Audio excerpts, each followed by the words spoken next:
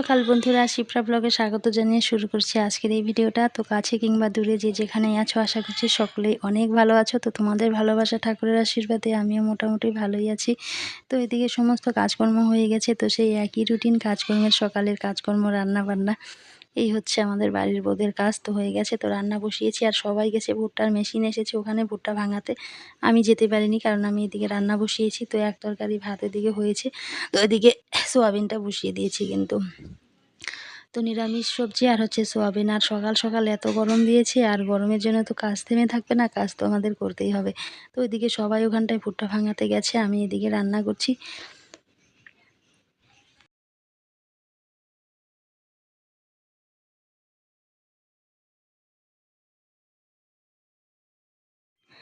আর সকাল সকালই ঘেমে চেমে একদম অস্থির হয়ে গেছি, এত গরম লাগছে। তো এদিকে তো একটা সবজি হলো, ভাত হলো, আর প্রচণ্ড গরম লাগছে, কিন্তু থাকাই যাচ্ছে না। আর এদিকে ভুট্টা গাছগুলো দিয়েই কিন্তু উনানে জাল দিচ্ছিলাম, আর ভুট্টা গাছগুলো শুকিয়ে আছে সুন্দরভাবে, কিন্তু জ্বলছিল কিন্তু বেশ ভালো। আর এইভাবে কিন্তু উনানে রান্না করো, যাই দিয়েই জাল দাও না কেন, এই মানে রৌদ্র থাকলে সমস্তই কিন্তু জলে। তো এদিকে সোয়াবিন তরকারিটাও হয়ে গেছে, যেটাও নামিয়ে নিলাম। তারপরে এদিকে আবার ভুট্টা জাল করতে হবে কিন্তু গরুর জন্য।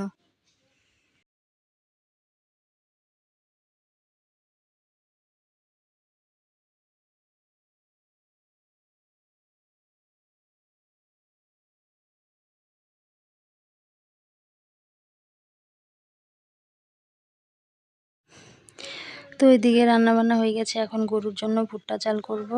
তো এখন সমস্ত বাসনগুলো ধুয়ে নেই, রান্নার যা যা আছে পাটাটা তুলে নেই। পাটাটা ওইদিকে ধোয়া হয়ে গেছে। আর এই যে এখন শুধু জিরেটাই বেটেছিলাম, জিরে বাটার জন্যই কিন্তু পাটাটা নামিয়ে নিয়েছিলাম। আর আমরা তো বাটা মশলাই খাই, মানে গুঁড়ো মশলা তো বাড়িতে খাওয়া হয় না। গুঁড়ো মশলার বলতে শুধু মানে হলুদের যে গুঁড়োটা, সেটাই, তবুও কিন্তু সেটা বাড়িরই হলুদ, বাড়ির মানে হলুদ, সেটাকে মেশিন থেকে ভাঙিয়ে আনতে হয়, সেটাই শুধু গুঁড়ো। আর সমস্ত কিছু পাটায় বেটেই কিন্তু রান্না করতে হয়। আর আজকে কাঁচা লঙ্কা ফাটিয়েই রান্না করেছি, জিরা মানে বেটে দিয়ে। আর কাঁচা লঙ্কা দিয়ে রান্না করলে দেখতে তরকারি খারাপ হলেও খেতে কিন্তু বেশ ভালোই হয় কিন্তু। আর শুকনো লঙ্কা খাওয়া কিন্তু একদমই ভালো না। আর বাড়িতে তো এমনিতেই সমস্ত মানে সবারই একটু কম বেশি প্রবলেম আছে, এর জন্য আর শুকনো লঙ্কাও সেরকম তরকারিতে মানে দেওয়া হয় না, কাঁচা লঙ্কাই মানে দিয়ে রান্না করি। তো এদিকে রান্নার বাসনগুলো ধুতে চলে গেলাম।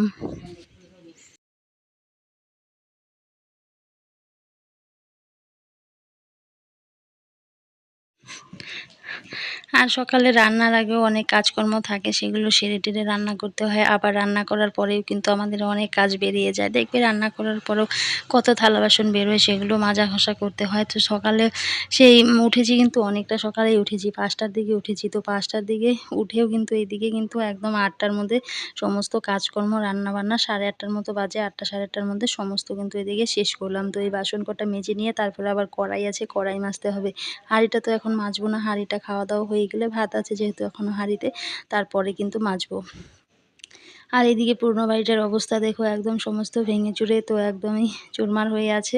আর দেখতেও এখন আর ভালো লাগে না, পুরনো বাড়িটা খুবই খারাপ লাগে কিন্তু। কিন্তু এই যে কলতলাটা আছে, তো এদিকে আসতে হয়। আর রাতের বেলা তো এদিকে বাসন ধুতে আসতে হয়, ভীষণই কিন্তু ভয় ভয় লাগে। তো ফাঁকা চারপাশে দেখতেই পাচ্ছ বাগান, আর বাগান থেকে কিন্তু অনেক বড় বড় শেয়ালও কিন্তু বের হয়। শেয়াল শুধু না, সাপও কিন্তু বের হয়। এই যে জায়গাগুলো জঙ্গল জঙ্গল দেখতে পাচ্ছ, এখানে তো আগে ঘর ছিল, আর এখানে অনেক সাপের গর্ত, মানে ইঁদুরের গর্ত করেছে, সেগুলোতে কিন্তু বড় বড় সাপও কিন্তু ঢুকে আছে।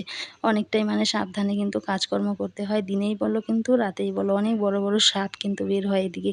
আর যা গরম দিয়েছে, এই গরমে তো প্রচুর মানে চারিদিকে আগাছা হয়ে গেছে না, বর্ষার দিন তো অনেক সাপ বের হয় বড় বড় কিন্তু।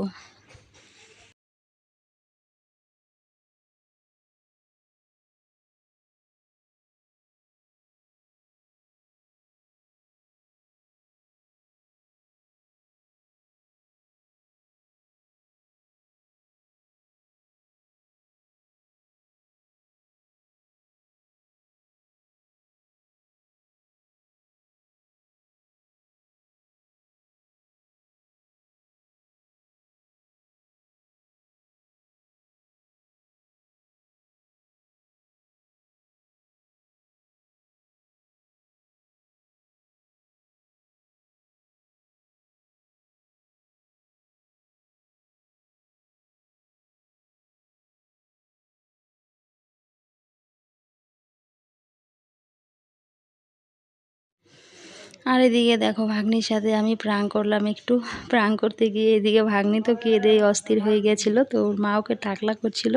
আর আমি এইদিকে না একটু আলতা নিয়ে এসে লাগিয়ে দিয়ে বললাম, দেখ তোর মা তোকে কেটে দিয়েছে মাথার মধ্যে। আর ওর যে কান্না শুরু হয়ে গেছে, ওর মাও কিন্তু ভয় পেয়ে গিয়েছিল।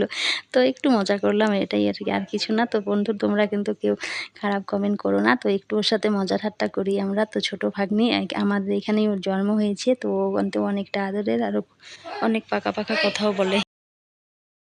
আর এদিকে ওর চুলগুলো কিন্তু অনেকটা বড় হয়ে গিয়েছিল। আর ওর সাথে প্রাঙ্ক করতে গিয়ে ও তো রীতিমতো কেঁদেই ফেললো। তো আমারও খারাপ লাগছিল, কিন্তু খারাপও লাগছিল, আবার মানে একটু মজা করলাম, একটু হাসিও মানে পাচ্ছিল, সবাই কিন্তু হাসছিল। তো ওর মাও কিন্তু মানে ভয় পেয়ে গিয়েছিল, তো বুঝতে পারিনি আমি এই প্রাঙ্কটা করবো ওদের সাথে কিন্তু।